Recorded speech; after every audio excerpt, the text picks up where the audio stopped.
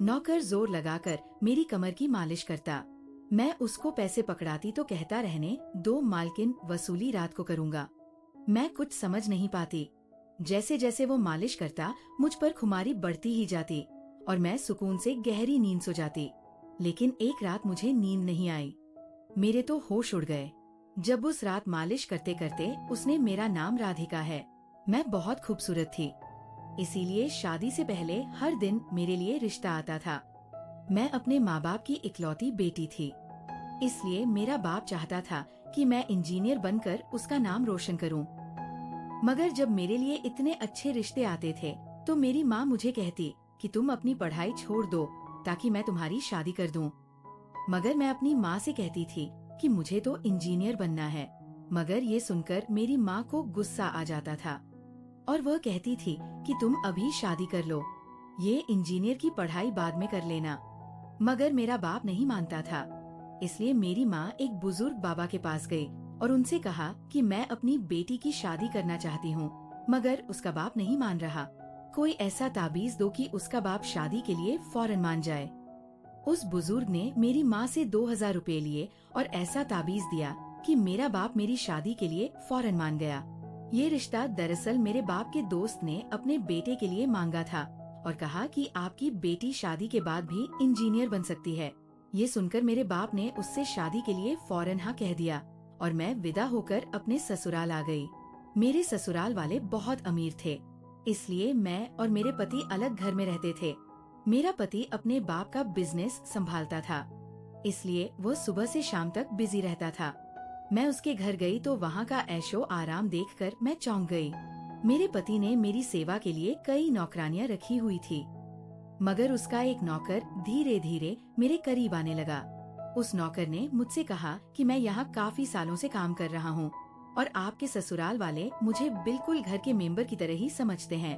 ये सुनकर मैंने भी उसे खास अहमियत देना शुरू कर दी। वह एक दिन मेरे एक कमरे में आ गया। मैं अभी तक बिस्तर में लेटी हुई थी। उसने मुझे थका थका देखा तो कहने लगा कि आप लेटे रहो, थक गई होगी। अगर आपको एतराज ना हो तो मैं आपके कंधे दबा दूं। ये सुनकर मैं चौंक गई। मैं खूबसूरत थी, जवान थी, लेकिन मुझे मेरे पति के अलावा किसी मर्द ने नहीं छुआ था और ना ही मैंने किसी नौकर से कभी अपने कंधे दबवाए थे। इसलिए मैंने फौरन मना कर दिया, क्योंकि मुझे अच्छा नहीं लगता कि कोई पराया मुझे छुए। ये सुनकर वह चुप हो गया और मेरे कमरे से चला गया। तभी मुझे एहसास हुआ कि मैंने उसकी बात का जवाब बहुत सख्ती से दिया था। शायद वो पहले भी मेरे ससुराल में ऐसे काम करता होगा, मगर मैंने साफ इनकार करके उसका दिल तोड़ दिया था। दरअसल मैं बहुत नरम दिल थी, इसलिए मुझे बाद में अफसोस होने लगा। मैं उसके बारे में सोचने लगी कि ये नौकर तो काफी जवान और खूबसूरत है, मुझे इससे कंधे नहीं दबाना चाहिए था। शायद मेरे पति को ये बात अच्छी ना लगे। अगर दोस्तों आपको मेरे से बात करना है तो इस वीडियो को लाइक करो और चैनल को सब्सक्राइब करो।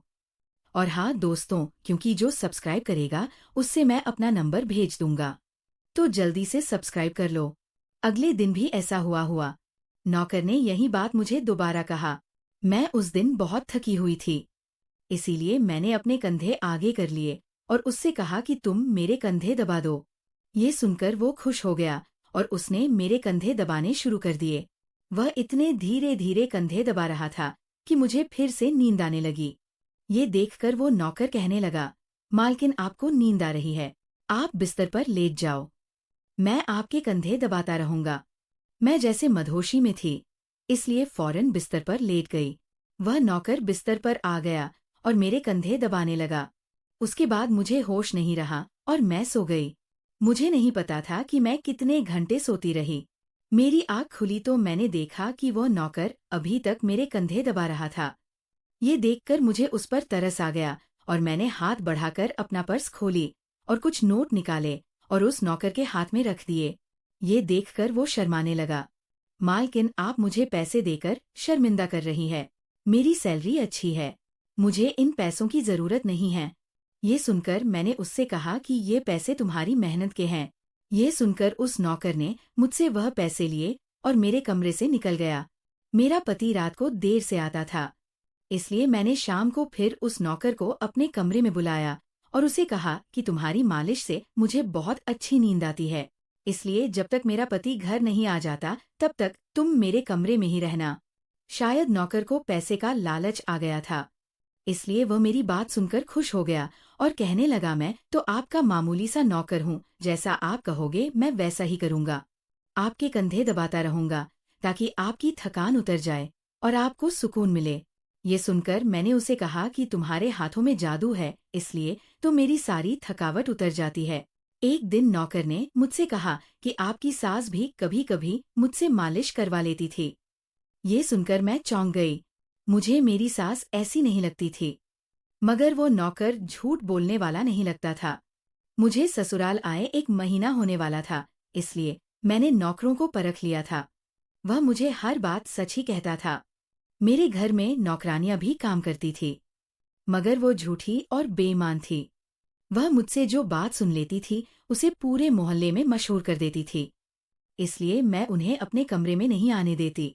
ये नौकर इस घर का पुराना नौकर था, इसलिए मैं उस पर भरोसा करती थी।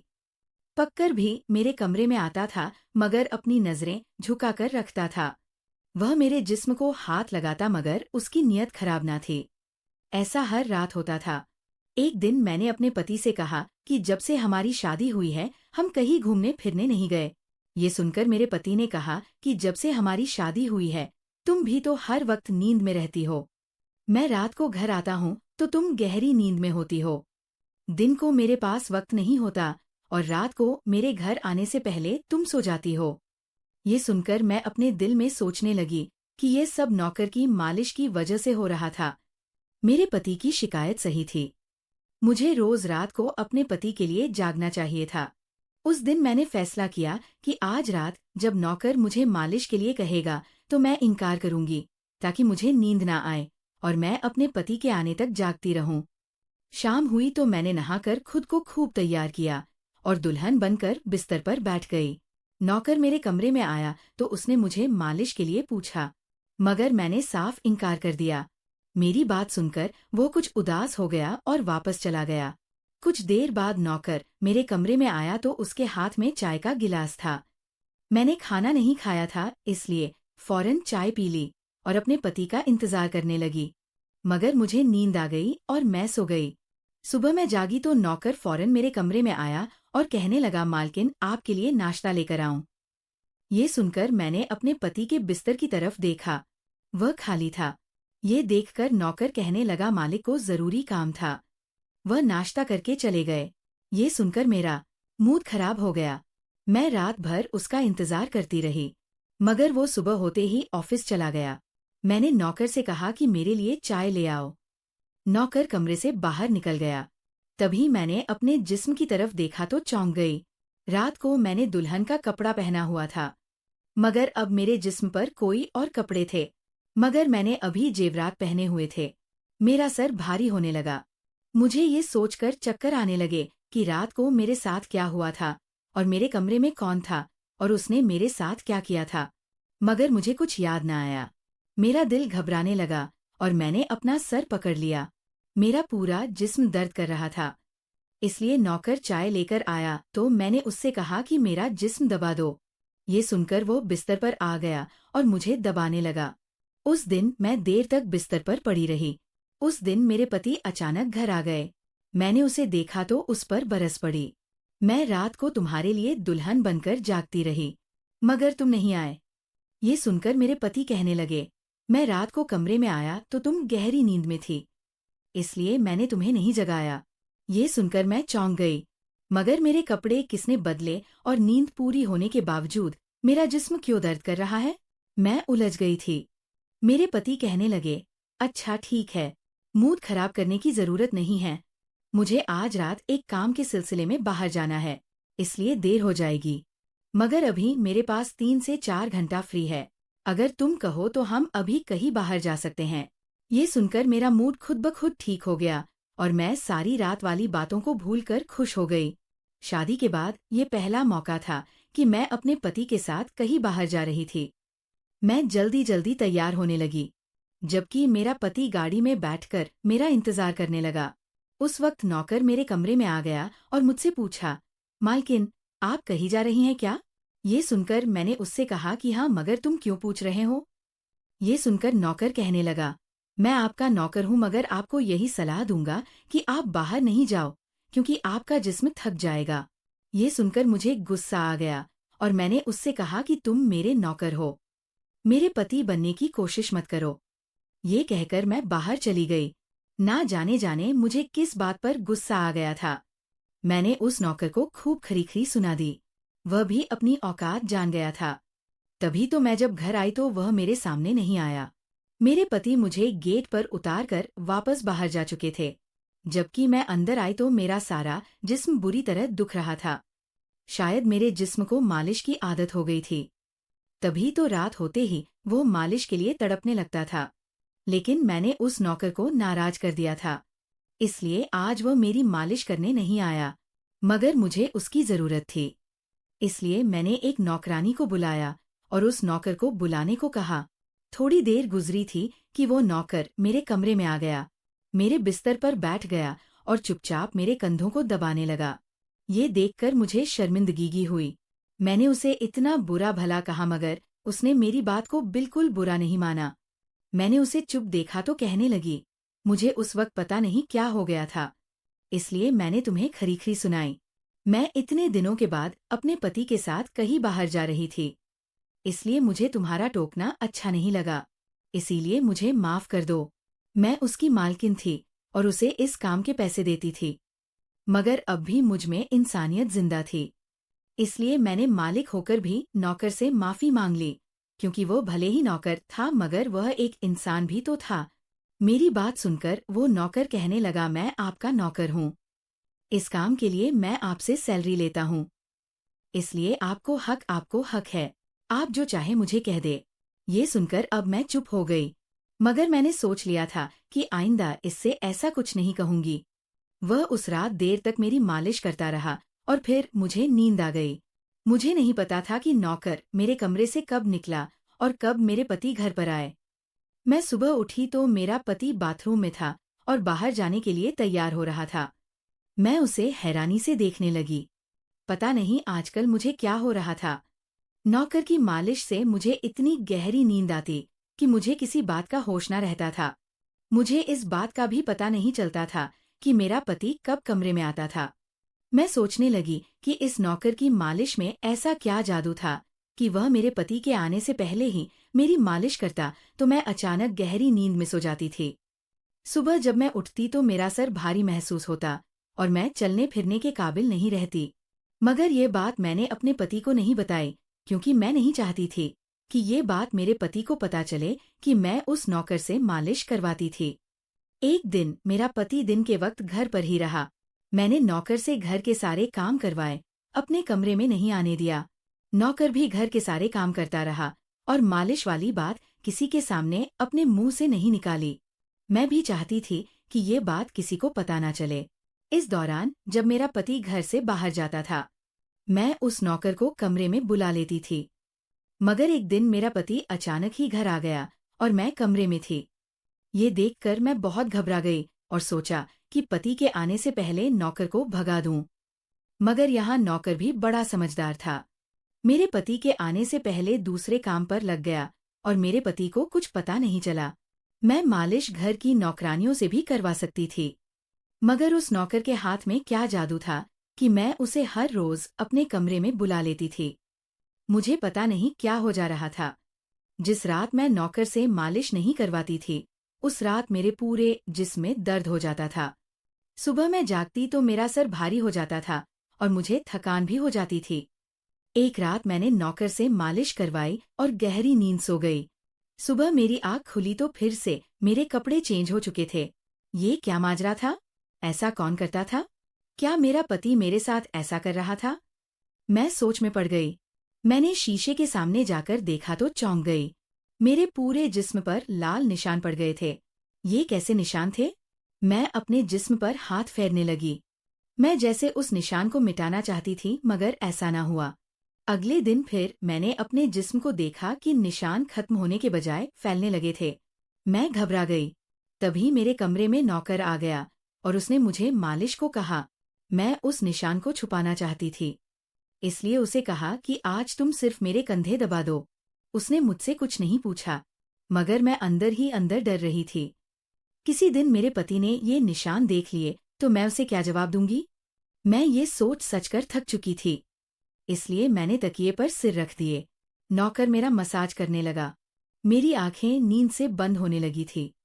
तभी मुझे नौकर ने ऐसी बात कह दी जिसे सुनकर मेरे होश उड़ गए। उसने मुझसे कहा, मालकिन आप मुझे बहुत अच्छी लगती हो। मेरी आंखें बहुत बोझल होने लगी थी। मुझे उसकी बात समझ नहीं आई और फिर मैं गहरी नींद सो गई। सुबह मेरी आंख खुली तो मेरा पति भी बिस्तर में लेटा हुआ था। मेरा सर भारी हो रहा था और जिस्म दर्द से छूट रहा था। मगर उसके बावजूद मैं अपने पति के करीब गई और उसे धीरे से उस निशान के बारे में बता दिया।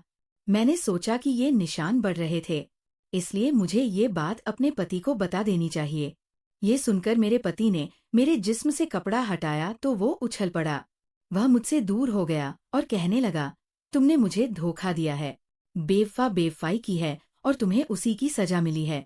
ये कोई बीमारी नहीं है, बल्कि तुम्हारा गुनाह है। मुझ में क्या कमी थी जो तुमने दूसरा मर्द तलाश कर लिया? मैं काम में बिजी था। मर तो नहीं गया था कि तुमने एक और चक्कर चला लिया। ये सुनकर मैं हक्का बक्का रह गई तरगी। मैंने उससे कहा कि यह आप कैसी बातें कर रहे हैं, मैं बेकसूर हूँ। मगर मेरा पति हंसने लगा और कहने लगा, ये निशान बता रहे हैं कि तुम गुनहगार हो, इसीलिए मेरे घर से निकल जाओ। मैं तुम्हें तलाक के पेपर भेज दूंगा। उसने मुझे धक्के मार मारकर घर से निकाल दिया। मैं रोते हुए अपने माँ बाप के घर आ गई और उन्हें अपनी बेगुनाही का यकीन दिलाया। वह मेरे अपने थे, इसलिए उन्होंने यकीन कर लिया। उन्होंने कहा कि वह मेरे पति से बात करने जाएंगे। मगर उनके जाने से पहले ही तलाक के कागज आ गए और मेरी हंसती मुस्कुराती दुनिया उजड़ गई। मैं इसका जिम्मेदार किसको ठहराती? कोई भी तो नहीं था। मैं कई दिनों तक रोती रही। मुझे ऐसा लगने लगा था जैसे मैं मरने वाली थी। एक दिन मेरी माँ मेरे कमरे में आई और कहने लगी कि तुमसे कोई मिलने आया है। मैं भाग कर गई कि शायद मेरे पति आए हो। उसे मेरी बेगुनाही का एहसास हो गया हो। मगर वहाँ मेरा पति नहीं था, बल्कि वही नौकर था जो उसके घर काम करता था। मैंने उसे आने का कारण पूछा तो वह कहने लगा, मैं आपके उन निशानों के बारे में जानता हूँ। ये सुनकर मैं चौंक गई। मैंने उसको कसकर पकड़ा और उसके शर्ट का बटन एक झटके से खोल दिया। मुझे अब समझ आया कि मेरे पति ने मुझ पर इतने गंदे इल्जाम क्यों लगाए थे। ये कहकर मैंने नौकर के सीने पर मुक्के मारने शुरू कर दिए। मैंने कहा, ये निशान मेरे जिस्म पर कैसे आए? तुमने मालिश के बहाने मेरे साथ क्या क्या किया था? मुझे सच सच बताओ। ये सुनकर नौकर ने मेरे दोनों हाथ पकड़ लिए और कहने लगा, मेरा नाम सौरभ है और मैं तुम्हारे साथ कॉलेज में पढ़ता था, मगर मुझे तुमसे प्यार हो गया। मैं भी इंजीनियर बनना चाहता था और मैंने सोचा था कि जब हम दोनों इंजीनियर बन जाएंगे तो मैं तुम्हारे बाप से तुम्हारा हाथ मांग लूंगा। मगर एक दिन तुम्हारी सहेली की जुबानी मुझे पता चला कि तुम्हारी माँ तुम्हारी शादी जल्द करना चाहती है, इसलिए मैंने डरकर तुम्हारे घर रिश्ता भेजा। मगर तुम्हारे बाप ने इनकार कर दिया और कहा कि मैं अपनी बेटी की शादी तब करूंगा जब वो इंजीनियर बन जाएगी। इसलिए मैं टेंशन फ्री होकर अपनी पढ़ाई करने लगा। मुझे एक हफ्ते के लिए अपने कजिन की शादी के लिए शहर से बाहर जाना पड़ा। तभी तुम्हारी शादी हो गई। वह ये सब मुझसे कह रहा था और मैं चुपचाप उसे देख रही थी। जब मैं वापस आया तो मेरी मोहब्बत किसी और की दुल्हन बन चुकी थी। मैं तुम्हारे प्यार और दीवानगी में तुम्हारे ही घर का नौकर बन गया ताकि मैं तुम्हारे करीब रह सकूं। मैं तुम्हारे करीब आना चाहता था, इसलिए मालिश के बहाने तुम्हारे कमरे में आ जाता था और रात को तुम्हारी चाय में बेहोशी की दवा मिला देता था ताकि तुम सोती रहो और तुम्हारा पति तुम्हारे करीब ना आ सके, क्योंकि तुम मेरी थी। मैं तुम्हें किसी और के करीब नहीं देख सकता था। ये सुनकर मैं हक्का बक्का रह गई। क्या तुमने मेरे साथ कभी कुछ गलत किया? ये सुनकर उसने मेरा हाथ अपने सर पर रख लिया और कहा, मैं तुमसे प्यार करता था, इसलिए तुम्हारी इजाजत के बगैर मैं तुम्हारे साथ कुछ नहीं करना चाहता था। ये सुनकर मैंने उस निशान की तरफ इशारा किया जो हम दोनों के जिस्म पर थे। ये सुनकर वो हंस दिया और कहा कि मैं इंजीनियर हूँ और ये सिर्फ इन्फेक्शन है। ये मैंने इसीलिए किया ताकि तुम्हारे पति को हम दोनों के ऊपर शक हो जाए। ये कहकर उसने मुझसे माफी मांग ली और मैंने पूरे 1 साल उसे सजा देने के बाद माफ कर दिया और फिर उसके साथ शादी कर ली। तो मेरे प्यारे दोस्तों, ये थी हमारी आज की छोटी सी कहानी का पार्ट 1। आपको ये कहानी कैसी लगी कमेंट करके ज़रूर बताएं।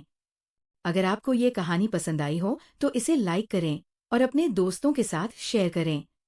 अगर आप ऐसी ही और भी इंटरेस्टिंग और रोमांटिक कहानियां सुनना चाहते हो तो चैनल को सब्सक्राइब जरूर कर लें और बेल आइकॉन ऑन कर लें ताकि आपको मेरी हर कहानी समय पर मिल सके। क्या होगा अब आगे? क्या राधिका सौरभ के प्यार को स्वीकार करेगी या कुछ और बड़ा ट्विस्ट आएगा? ये जानने के लिए कल मिलेंगे पार्ट 2 के साथ। धन्यवाद।